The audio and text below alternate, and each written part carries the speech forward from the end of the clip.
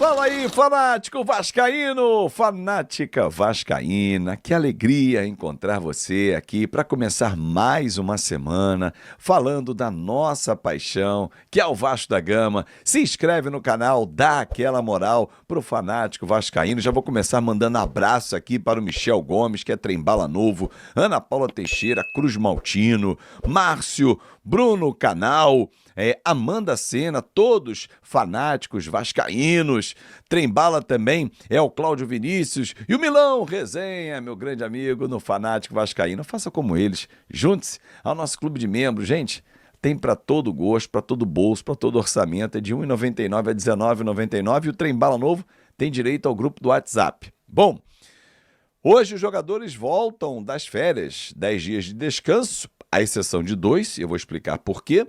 Mas todos eles se representam ao técnico Fernando Diniz. Ontem eu fiz um vídeo falando sobre reforços, jogadores que a gente espera que venham para elevar o nível do elenco do Vasco.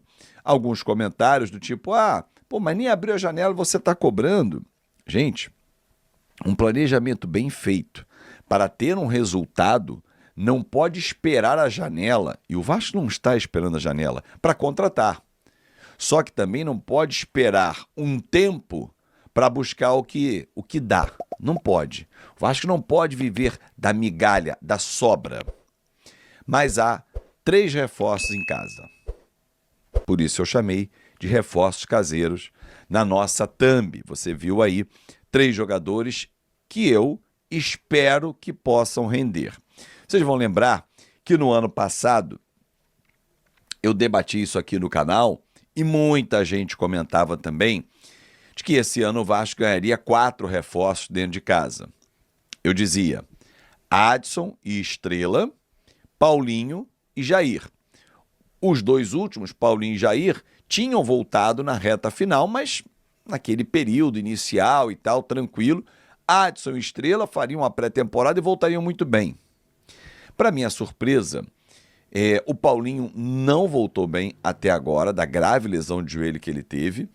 O Adson ficou mais tempo do que se esperava, foi voltar já no mês de março, aproximadamente 6 meses depois da cirurgia e 3 praticamente além do tempo que era previsto, porque ele se queixava de dores na canela, né, onde ele fez a cirurgia. E ainda, até agora, não voltou. Com controle de carga, tem jogo que vai para o jogo, tem jogo que não vai, tem jogo que não entra, mas tá muito aquém daquele Adson que a gente viu já jogar pelo Vasco da Gama. O Estrela vai completar agora, no fim desse mês, 1 ano do jogo em que ele teve a lesão no joelho, a dor que ele já vinha convivendo, é um problema congênito que o Vasco quis operar, e eu encontrei com um atleta no Rock in Rio em setembro. E ele me disse, não, há uma expectativa de eu voltar no final do ano, mas eu quero ver se eu volto só no início do ano, para dar mais um tempo e tal. Cara, só que já está 6 meses depois da pré-temporada para ele voltar. Acabou agravando o problema dele, mas é um jogador que eu conto, porque é talentoso. É um jogador cria do Vasco da Gama, com DNA do Vasco da Gama. E nessa agora intertemporada, que é esse período de treinamentos que o Diniz vai ter com o time, e serão 20 preciosos dias, o Fernando Diniz vai observar de perto o Estrela. Claro que vai ter uma carga diferenciada nessa volta, provavelmente no primeiro jogo contra o Botafogo ele não estará no banco, vai entrar, vai sair da relação normal, que é um controle para quem está voltando depois de uma inatividade de quase 1 ano. O mesmo se aplica ao David, que sofreu uma grave cirurgia também de joelho, mas está voltando. E as informações que eu tenho sobre o David é que ele está muito bem fisicamente. Aliás, o David e o Estrela ficaram fazendo trabalho no CT Moacir Barbosa. Durante esses 10 dias de férias, os 2 não tiveram férias. Trabalharam. Eu até achava que eles iriam fazer trabalho fora do Vasco, com a supervisão ou acompanhamento do DESP, mas não. A informação que eu tive é que eles iam realmente ao CT. Só que há alguns jogadores no elenco que não estão conseguindo entregar o que a gente espera e principalmente demorando muito a se recuperar. Do atual elenco, por exemplo, hoje o Maurício Lemos. Ele veio como um reforço para a zaga, um cara que era para ser o titular ao lado do João Vitor, e fica muito fora. Primeiro, pela inatividade no Atlético Mineiro, ele teve que esticar a pré-temporada. Depois, sofreu uma fratura na costela e perdeu 12 jogos já no ano. É muita coisa. E não ganhou a vaga de titular. Eu falei de 2 reforços caseiros. Vou falar do terceiro, o Leandrinho. Foi emprestado ao Shabab, tinha a expectativa de por lá ficar. Há o interesse, inclusive, do clube na aquisição dele, só que o Vasco pediu que ele voltasse. O Fernando Diniz quer observar de perto, porque já recebeu ótimas informações.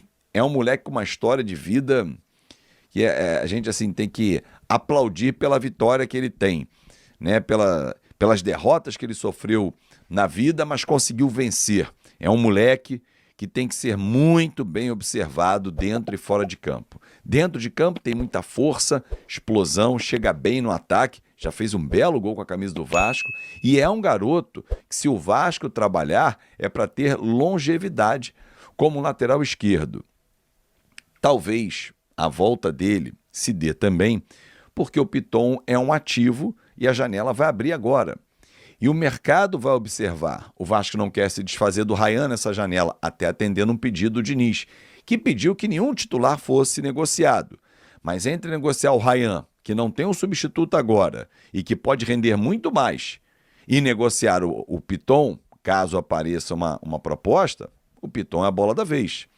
O Riquelme vai ser observado também de perto pelo Diniz, que já pediu para ser reincorporado ao elenco, passa a ter 4 para a função. Obviamente que os 4 não vão ficar.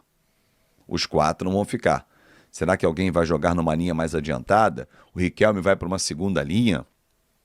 Ser um meia pelo lado esquerdo, ou quando precisar fazer uma dobra? Não sei. O Diniz terá 20 dias para identificar e conhecer agora totalmente o elenco do Vasco. Se nesse primeiro mês e meio, mais ou menos, de trabalho, o Diniz tem toda a desculpa, que é um argumento plausível, de não conhecer alguns atletas, ele agora vai conhecer bem de perto o Esforça, o Garré, melhor o Lloyd Augusto, e vai observar com a volta o Leandrinho, o Estrela, o David, jogadores que ele vai passar a conviver e vai passar a conhecer, a entender as características. E eu espero que na volta do Campeonato Brasileiro, porque aí, meus amigos, vai ser maratona, Campeonato Brasileiro, Copa do Brasil, Brasileiro, Sul-Americana, Brasileiro, Copa do Brasil, Brasileiro, Sul-Americana, é quarta, domingo. E eu torço muito e espero de coração que tenhamos um calendário apertado. Eu não quero negócio de jogar só domingo, domingo, domingo, não. Eu quero estar nas competições, avançando, passando para as quartas da Copa do Brasil, para as oitavas da Sul-Americana, depois avançando para as quartas, para a semi. O Vasco tem que brigar lá em cima. Porque de coração, torcedor, e eu tenho certeza que é o mesmo sentimento que você também vai dividir comigo. Estar acompanhando a Copa do Mundo de Clubes é frustrante. Porque quem é da minha geração, 40 a mais, se acostumou a ter um Vasco gigante. Um Vasco brigando pelos títulos. Não esse Vasco dos últimos 25 anos. Esse Vasco do século XXI é muito distante daquele que nós nos acostumamos. Óbvio que tivemos algumas exceções, alguns anos interessantes. 2010, 2011 em especial, 2012... Mas e o que mais?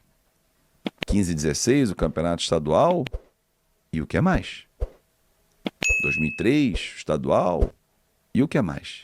É pouco. Para a história do Vasco, essas são migalhas. E nós não podemos nos contentar assim. Um grande abraço, uma ótima semana. O Vasco da Gama segue ativo no mercado em busca de reforços para a sequência da temporada 2025. Um dos nomes em pauta é o do atacante Elinho, de 24 anos, atualmente no Toluca, do México. O jogador, revelado pelo São Paulo e com passagem destacada pelo Red Bull Bragantino, demonstrou interesse em retornar ao futebol brasileiro e está inclinado a aceitar uma proposta do clube carioca. Segundo a apuração, o Vasco já sinalizou interesse na contratação de Elinho e monitora de perto a situação do atleta. Com um salário estimado em R$500 mil mensais, o atacante estaria dentro do teto salarial estipulado pela diretoria para esta janela de transferências. O valor é considerado compatível com o orçamento do clube para o meio do ano. A negociação está sendo conduzida pelos representantes do jogador, que tentam convencer o Toluca a liberar Elinho por empréstimo até dezembro.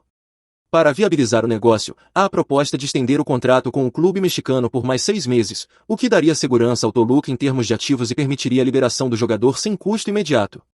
Além do Vasco, o Grêmio também fez sondagens e buscou informações sobre a situação de Elinho.